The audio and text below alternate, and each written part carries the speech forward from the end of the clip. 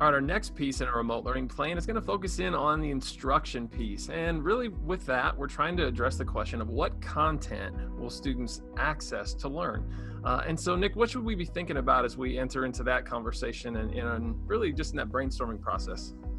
So starting off, I'd reiterate that this is the real distinction between an enrichment plan and an educational opportunity, that we are providing instruction, that we are not relying on mom and dad or whoever else that might be at home to be the sole source of instruction.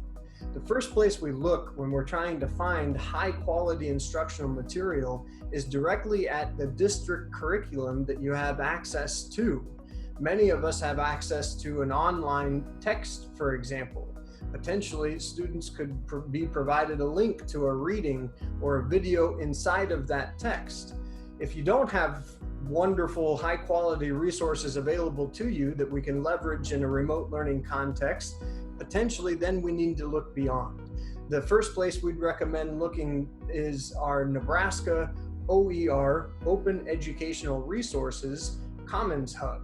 And there's a great link to that here below as well. We like Nebraska's OER Commons because we know that whatever's in there has been vetted by content area specialists, and so we feel confident that those are great materials. Certainly, though, we're also thinking about the content that you, the educator, might create or curate from other resources. So for example, you could find a wonderful Khan Academy video, and those are great. They're also in our OER Commons Hub.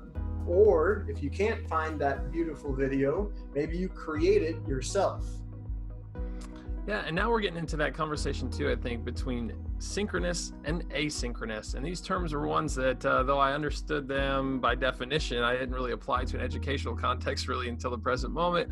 And this thought that with things like videos or with these online readings, that would be an opportunity for asynchronous learning where students would be able to kind of lead the learning at their own pace without having the teacher there or their classmates to, again, to pace that out. If we were to go synchronous, which some teachers did over the course of this past spring and might look to do again in the fall, yeah, what does that look like? And what are some maybe programs or tools that would be available to help teachers lead instruction synchronously with their students? Great. I think the first thing we need to reflect on is, did you ever have 100% of your kids in that synchronous environment? And most likely the answer is no. So needing to discern between the two is good, but that potentially, even if you're engaging kids in that live connection, that Zoom or Google Meet or whatever tool you're using to connect with those kids, even if we're trying to provide the instruction live, which is great, we still need to probably provide access to either an online or an offline component of that instruction for those students that are going to consume this asynchronously, not with you live. The other key point I want to make is that good instruction is still good instruction. We don't want to just drone on for an hour at students over a recording. We need to provide that succinct input or instruction around our objective and also model what it is we're talking about, potentially identifying examples and non-examples or illustrating things with a graphic organizer, but ensuring that we're thinking about good practices when we're delivering instruction.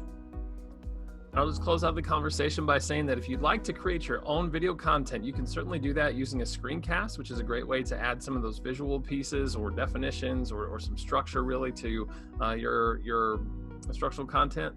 And then in addition to that, as Nick said, trying to keep videos probably to 5 minutes or less. Honestly, 3 minutes is ideal if you can manage it. And if your concept is larger than that, takes longer than that to close out, then I would suggest some micro learning opportunities where you break it down into multiple videos. And so part one deals with the first piece of the concept and so on, so that your learners are able to navigate that. Also think it's really important to teach learners to use how to use videos. And so take a few moments to say to them, hey, make sure that you're pausing and taking notes and rewinding and utilizing the medium for its functional tools that allow them to engage that optimally.